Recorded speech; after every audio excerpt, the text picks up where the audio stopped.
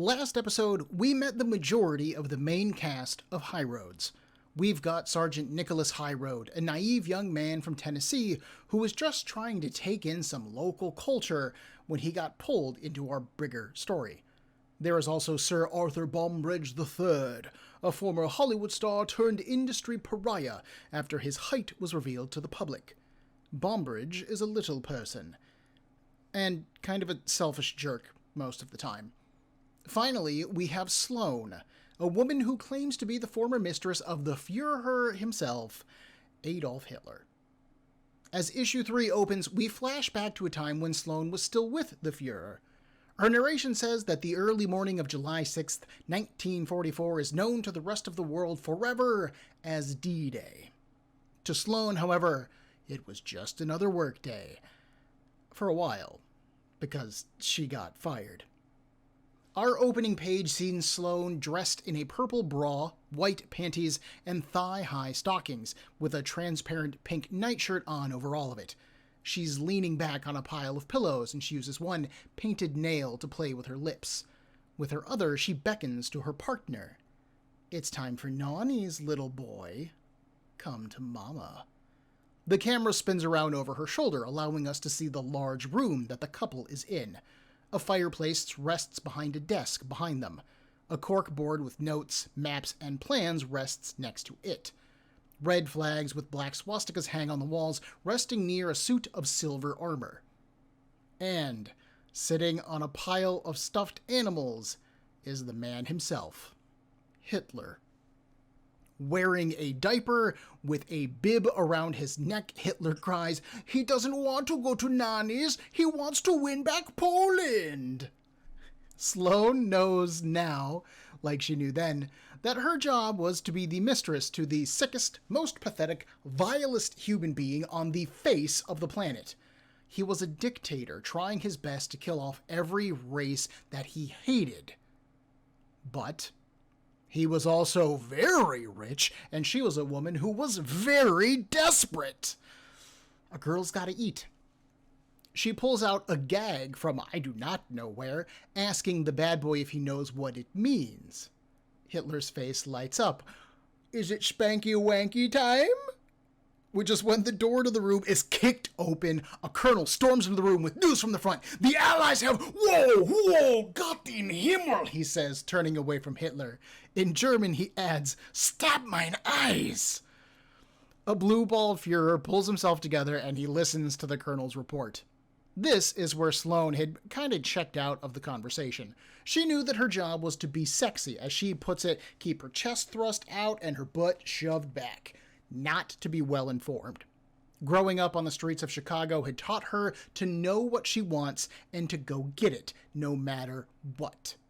Wanting a cigarette at the moment, Sloane rifled through the desk that we saw earlier. She found one and lit the smoke stick, which is when she saw it. Underneath the lighter that she found was a file. Stamped on the top of it was the title, Morpheus's Necklace. It all came together for her then. She knew she was on the outs with Dolphy. He had already replaced the photo of her on his desk with one of Ava Braun. It was only a matter of time until she lost this job, so Sloane stole the file.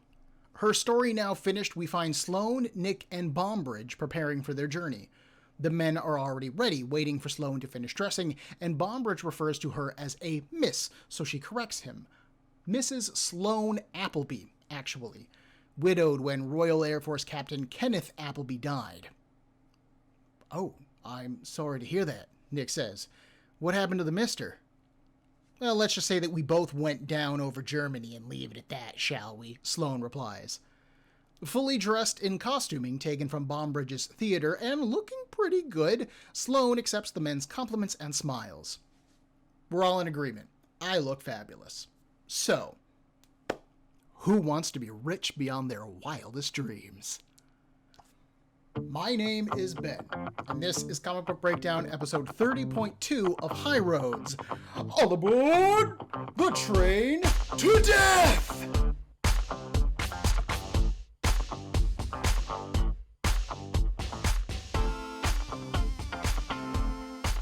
This opening scene is pretty straightforward.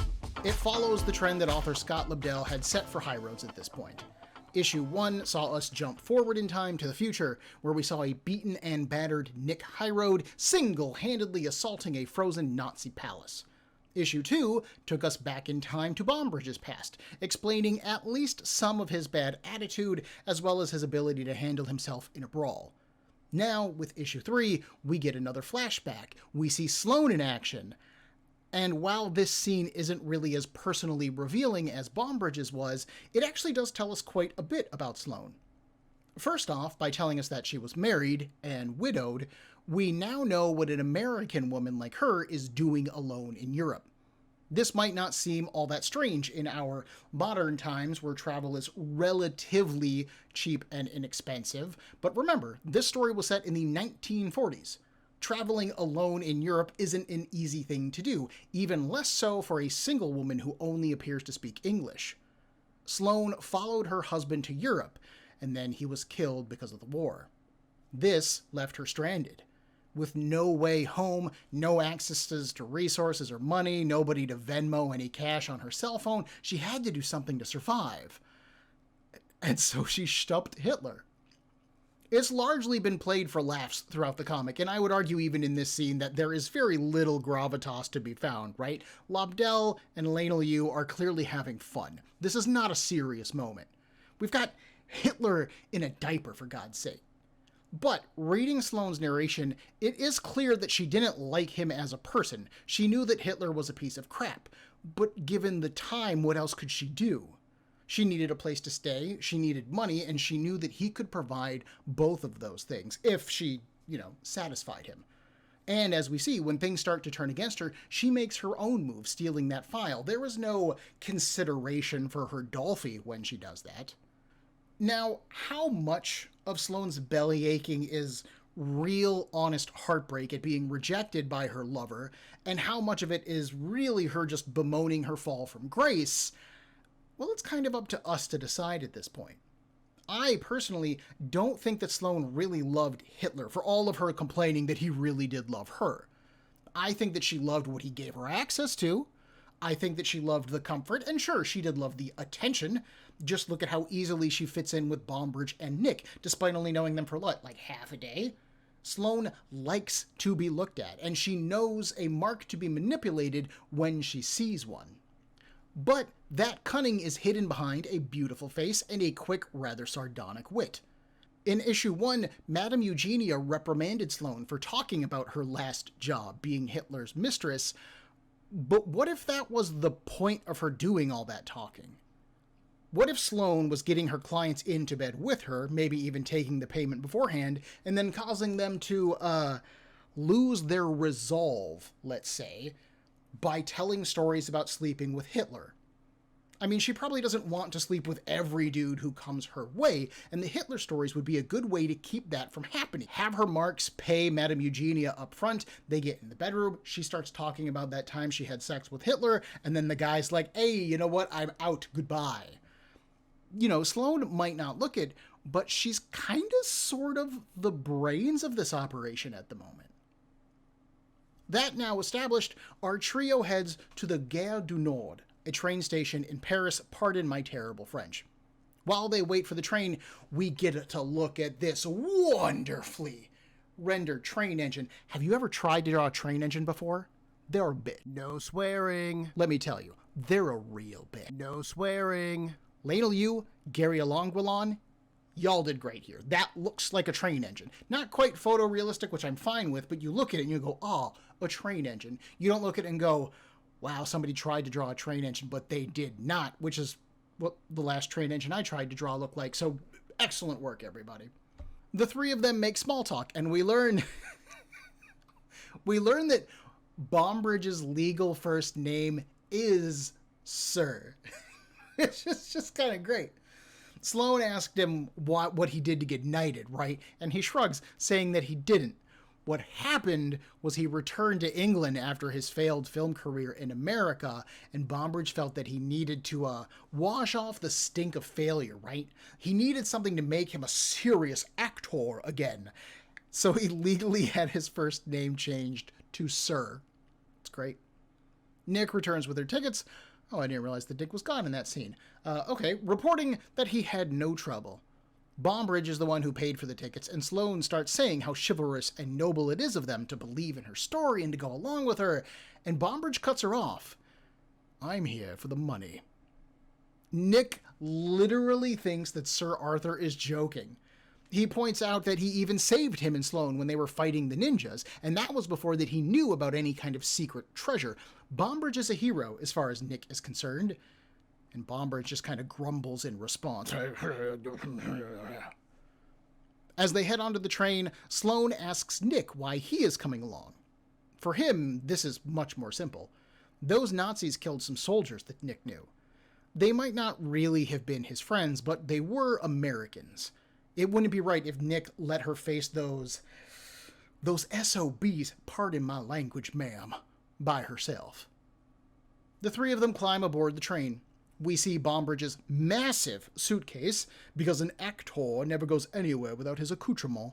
We also see that some circus equipment is being loaded on board, and I am making sure to bring it up now because it will come into play later. Author Lobdell is setting up a minor plot point here, and on first read we barely even notice it, but it's gonna pay off. Once they're on their way, Sloane pulls out and shows off a picture of Morpheus's necklace. It's said to have been forged for Caesar in his final days as Emperor of Rome. It's made of gold and decorated with jewels which have been gathered from each of the lands crushed by Hitler's rule. The overall necklace looks huge, with a simple face held in its circular center. Complicated and ornate pieces of gold surround it, most of them in curved, twisted designs, very intricate looking, set with jewels. It looks heavy as hell, and Sloane assures the men that if they can steal this, then they will be set for life. And for the lives of their kids, and the lives of their kids' kids, and the lives of their grandkids' kids, and so on and so forth in perpetuity. Bombridge looks at the paper anxiously. So, where did you say you were hiding the directions to the necklace?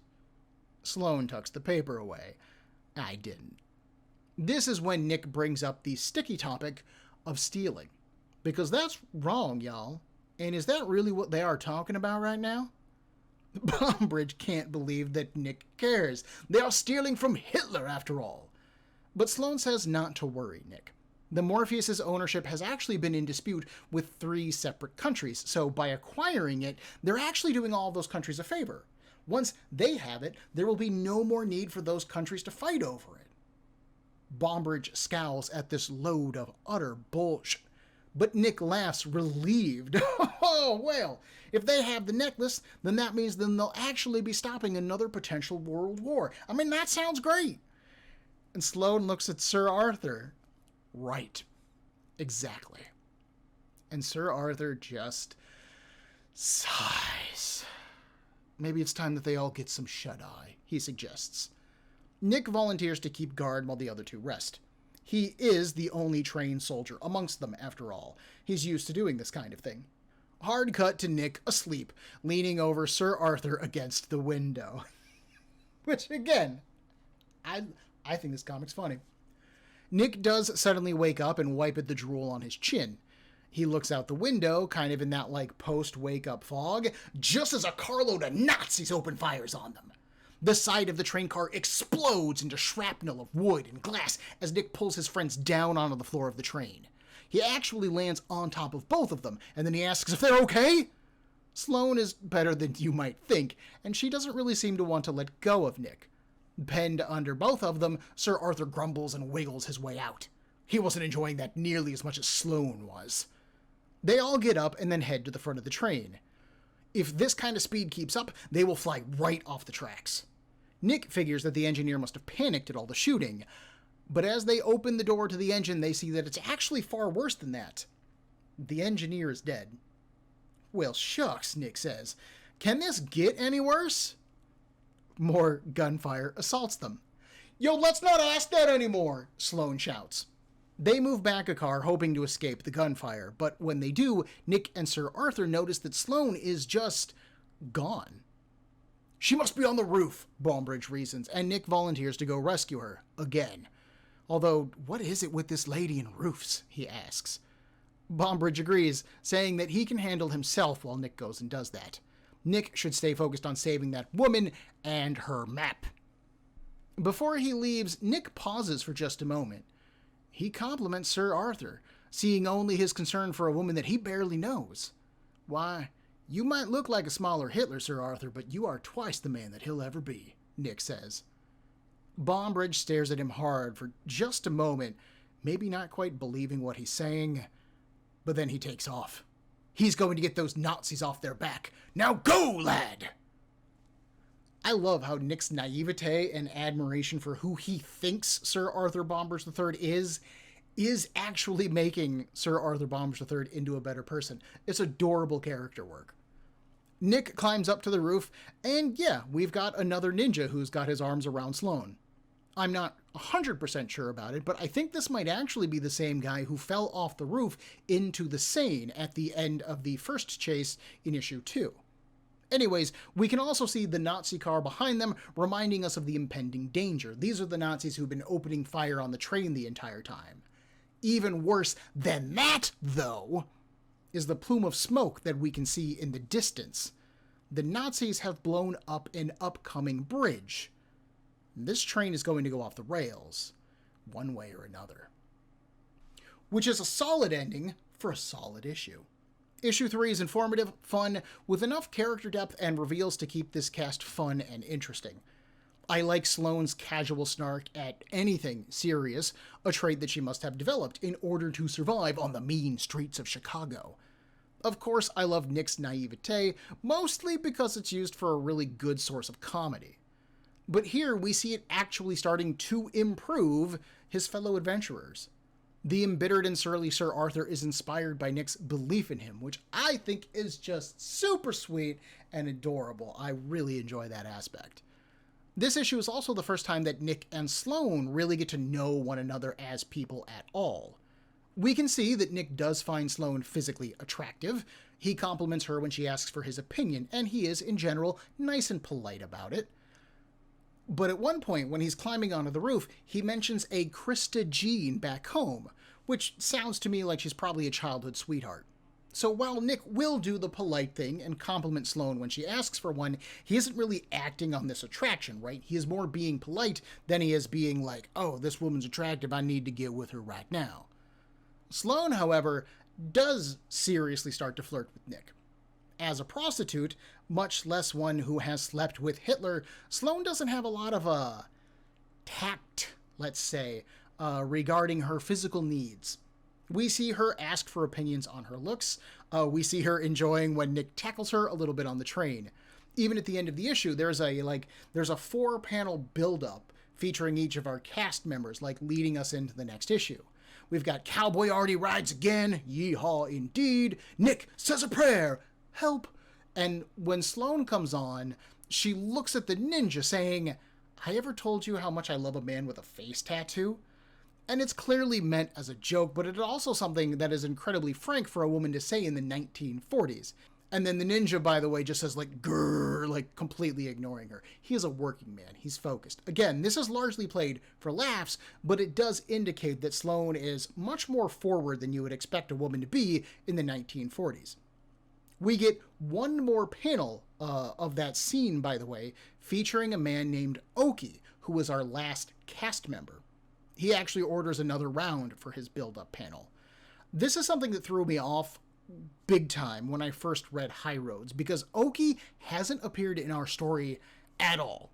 He will play a big role moving forward, so don't worry, we're going to get there, but I was just super lost at the time. Who was this guy? Where did he come from? What's his deal? How did I somehow miss an issue of a 6-issue miniseries when I'm reading issue 3? What did I miss? Well, there is no missing issue. Lobdell is just teasing the next step in the story, and those questions that I was asking, who is he, what is he doing here, where did he come from, those are all questions that the author wants us to be asking. That added sense of mystery is part of what is going to hopefully draw us forward and lead to us buying more comic books, right? That's what you want to have happen with a book. And obviously, I bought more of the comic, so it worked on me. Good job, everybody. Artistically, this issue continues to be solid looking. Penciler Francis Yu draws the hell out of our opening page. We've got a 2-page spread of the train engine in the Gare du Nord, the 2-page spread of the Nazi attack on the train car. These complicated detail images are dynamic and eye-catching. Easily the biggest scenes of the movie, if this were a movie, right? Yu even draws like individual bullets when they're attacking the train, like a slow-mo Matrix shot. And it's just kind of funny, and I really enjoy it. Avalon's Edgar Tadeo continues with the washed out, almost watercolor-looking colors, and it continues to work for the book.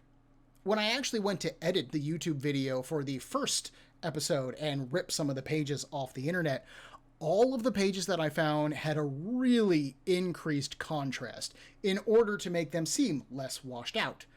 Every page that I found looked amazingly bright, too bright even, and just wrong for what the book actually looks like. Those digital pages were not representative of what I was seeing on the page laying before me as I reread and wrote up these comics. So I actually ended up taking pictures of these comics for these uploads. These are all photos I took using my phone. So if you're watching the video, thank you, this is as close to showing the actual comic as I can do without having it being digitally altered or changed at all. It is a bit more work on my end, but I think the final result is worth it for y'all. The only real artistic complaint that I have with this issue is our opening scene. The creative team at this point has established a pattern to High Roads' overall story structure, right? With Sir Arthur's flashback, the flashback happens in black and white. It could have just been a tone thing for that particular scene, meant to match the black and white movies that Arthur would have been starring in at the time. But when we moved away from those film scenes into just the general busyness of Bombridge's life, there was no sudden addition of color. We didn't go from black and white to color, everything stayed black and white. The whole flashback stays like that. But the flashback with Sloane at the beginning of this issue is in full color, which is not a huge deal. Issue 1's flash forward was in color, after all. We've already seen that. And the coloring looks good in general. And maybe next issue of the comic will open with a black and white flashback, and then we'll alternate color and black and white opening scenes.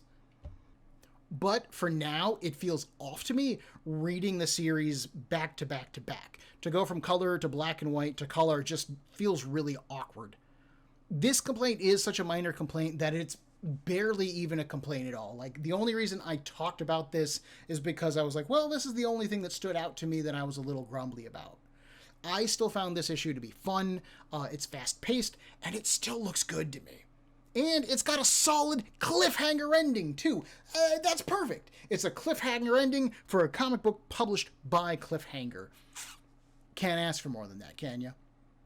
Issue 4, and hey, look at this. Issue 4 does open with another black and white flashback. Okay, so maybe we're just going back and forth between flashback and in color. But this time, we are on a Japanese naval carrier focused on one soldier in particular. He is serious-faced with a grim, determined scowl. His eyebrows are very bushy. He wears a headband with the red rising sun, the symbol of Japan, in the center of it. Japanese characters are written on either side. This is Oki, and he whispers to the man next to him, "Why are we doing this again?" His neighbor shushes him. Shh. Approximately 24 other men are lined up on the ship's deck, standing and waiting in the Pacific air. At the front of their assembly, their leader gives a speech, praising these men for their brave sacrifice. Nothing can stop the onslaught of armed forces that are willing to give up their lives, he says. God bless you, kamikaze. God bless Japan. All of this is said in Japanese, by the way. The pilots then climb into their planes, and the maintenance man for Oki's plane salutes him. "Yeah, thanks for that," Oki replies.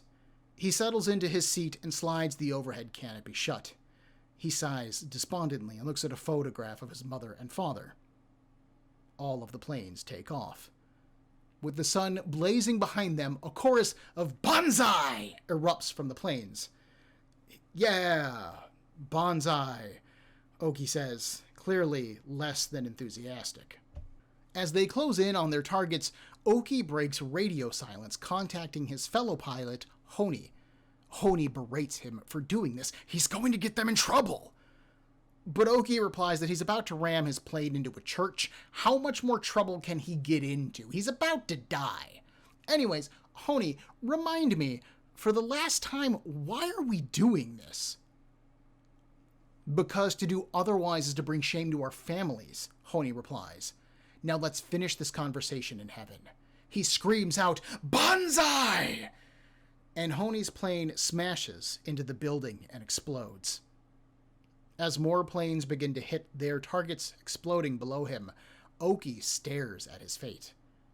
And he has a sudden realization. He doesn't want to die. Apologizing to his parents, Oki pulls up and flies away. He's sorry. But not too sorry. And that's Oki. He is our fourth and final main cast member. So back in France, Nick Highroad has a pistol trained on the Nazi ninja who's got a hold of Sloane. Behind him, smoke rises from the exploded bridge that they are all barreling towards. Sloane's fingernails claw at the ninja's face as Nick tries to talk him down, which does feel in character for a nice guy Nick, but it also works as a nice recap for our situation, two birds with one stone from a writing perspective. Sloane does interrupt him, though, shouting, "What's the plan here, Nick? To talk him to death?" "Don't you worry, Mrs. Appleby. Sir Arthur and I have this well in hand," Nick says. The car of Nazis that attack the train even gets a little check-in, informing us that the ninja's name is Death Knell, which is a very 90s comic supervillain of him. And the Führer has decreed that there can be no witnesses to their mission. So kidnapping Sloane isn't enough. They have to kill Nick and Sir Arthur and Sloane. Good to know. Inside the train, Sir Arthur has made his way to the luggage car where the circus's supplies have been stowed. There is also a horse, a number of them actually, which lets author Scott Lobdell make several nay jokes as Bombridge talks to himself / the horse, which is pretty great actually. It's a way to keep the scene fresh and give Bombridge someone to talk to who's not just him. A lot of times you would see, especially in comics, more from the, honestly from the 40s, but like the 40s to the late 80s have a lot of characters talking to themselves about what they're doing. That way, if the art couldn't convey some detail, the script can convey that detail instead. But this way, Lobdell's able to keep it fresh and interesting, and it's not Bombridge talking to himself, he's talking to the horse. And then the horse responds with, "Nay!" as if it's saying no. And I'm explaining the joke, which kind of kills the joke, but what I'm trying to say, I guess, is that I like this scene, and I think it's kind of clever. Sir Arthur has a plan, but he needs the circus's big mirror and his own trunk in order to enact it, which is what he's working on finding now. Up top, Death Knell draws a Luger and he points it at Sloane. "Drop the gun or I'll drop the girl," he says. Both Sloane and Nick are thrown by this. "Wait a minute, you spoke?" Sloane asks. "Yeah, aren't you fellas supposed to be the strong, silent killer types?" Nick adds. "What kind of ninja are you?" Death Knell points his gun at Nick. "Dutch reform, Sergeant." Nick smiles, and then pulls up his gun in other hand. "You know, ma'am, I don't want to sound chivalrous or anything, but I do have family back home at Wallow Point, so, good luck." And then he jumps over the side of the train. Whoa. Tears in her eyes, Sloane says, "This is exactly why I don't trust men." Then she bites Death Knell's hand. Ugh! He throws her down to the roof. We're provided with a slap sound effect, but there's no physical way for him to have slapped her to the roof, but she gets thrown to the roof. "And careful," Sloane says, "you're gonna bruise the merchandise." Next to the train, the car full of Nazis pulls in close. A few of them are planning to jump onto the train and then finish killing everyone aboard, because of no witnesses, remember? But just as they get close to the door, it slides open, revealing the Führer himself. From behind him comes a voice. In the words of the very talented and brilliant British actor Sir Arthur Bombridge III, "How the Zeeg heel are you, boys?" The driver shouts, "It's a trick, you fools! It's a reflection! It's just the small one!" And one of the soldiers nods. Wow, that is quite convincing. And they're so distracted by this that their car smashes into a tree. "Ha! Some master race you've got there," Sir Arthur jokes. I haven't had this much fun since Cowboy Artie." Back on the train, Sloane dives for the Luger that Death Knell dropped when she bit him. No way is she going back to his boss, not after he chose that harlot, Ava Braun. Death Knell dashes forward, grabbing her hand and twisting it back with ease. "Ah!" "Nonsense. He is only here to make sure that she hasn't told anyone about the necklace. Once he's confirmed that anyone who knows about it is dead, he has been granted permission to kill her." Sloane blinks. "No, that's a lie. He would never do that. After everything that's happened, he still loves her," she says. He must." "The man has ordered the death of millions," Death Knell says. "What do you think he knows about love? Now, for the last time, who else knows?" He's suddenly interrupted by a kick from behind as Sergeant Highroad climbs up the other side of the train and attacks. Death Knell falls over the side, and Nick and Sloane embrace to keep her from falling off as well. Sloane is shocked to see him. He came back. Guys never come back. Nick smiles at her. "Well, shucks, that's not true." He leans in for a kiss, and Sloane screams, "No!" And Nick backs up immediately. "Okay, I got it. It's too soon after you and, Hitler. I should have..." "No, that's not it," Sloane says. "I meant, no, we're too close to the bridge. No, the train is going too fast for us to jump it." That kind of no. She turns back to Nick and starts to apologize for getting him into this because, she thinks they're going to die. A whistle from below catches their attention. Sir Arthur has found them a ride, and in moments, the three of them burst from the train astride horses. They manage to clear the train just in time, too, as it plunges off of the destroyed bridge. Later that night, the three of them can be found inside of a diner. Sloane is still soaking over how her Dolphy sent a hit squad after her, but Sir Arthur is more interested in the necklace at this point. The world is coming down around Hitler right now. His empire is collapsing, and yet he's re-invading France with Nazi ninja death squads? Whatever the necklace is, it must be more than just some jewelry, woman! Sloane pulls the paper that she stole out of her jacket. "Here, this is what I took." Sir Arthur reads the papers, and then passes it over to Nick. "What do you make of this?" He looks over it and reports that they are coordinates, actually. But the Germans use a different navigational system than the Americans. If he's reading this right, then the coordinates are for a location somewhere at the North Pole. And that makes sense to Sloane. Dolph was always fascinated by the Arctic Circle, but how do they get there now? A waitress at the diner interrupts. "She heard them say that they need a pilot, yes? Well, she knows just the man. A better pilot in all the world there is not, down at the other end of the bar." We end on a shot of Oki, still dressed in his tattered flight clothes, sitting with his katana in his lap. He holds up a cup to the group. "Cheers. Bring more drink."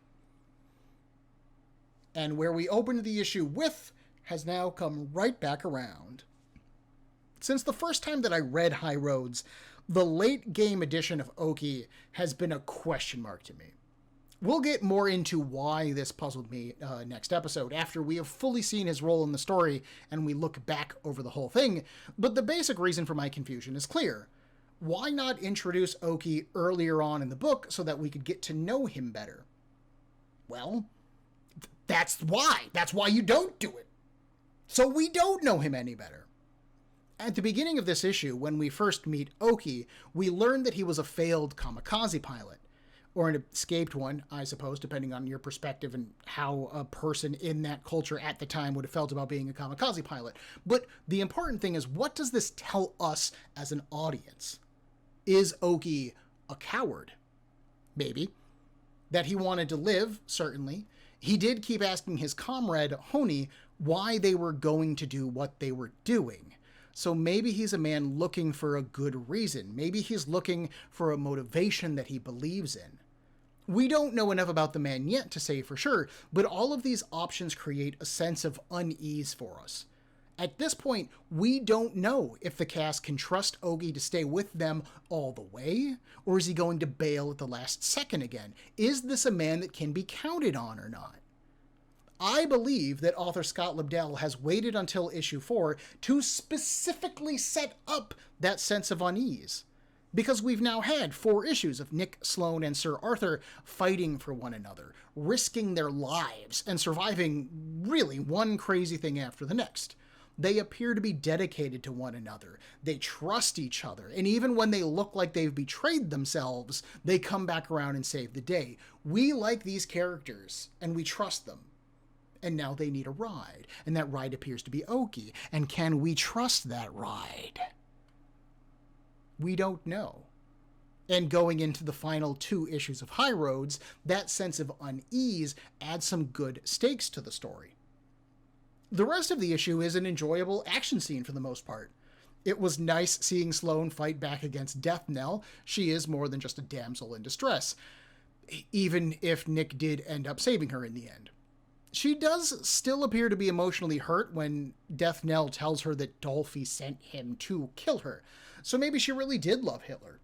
Or maybe she's just so arrogant that she can't believe that anybody wouldn't love her, which is a weird and interesting character trait.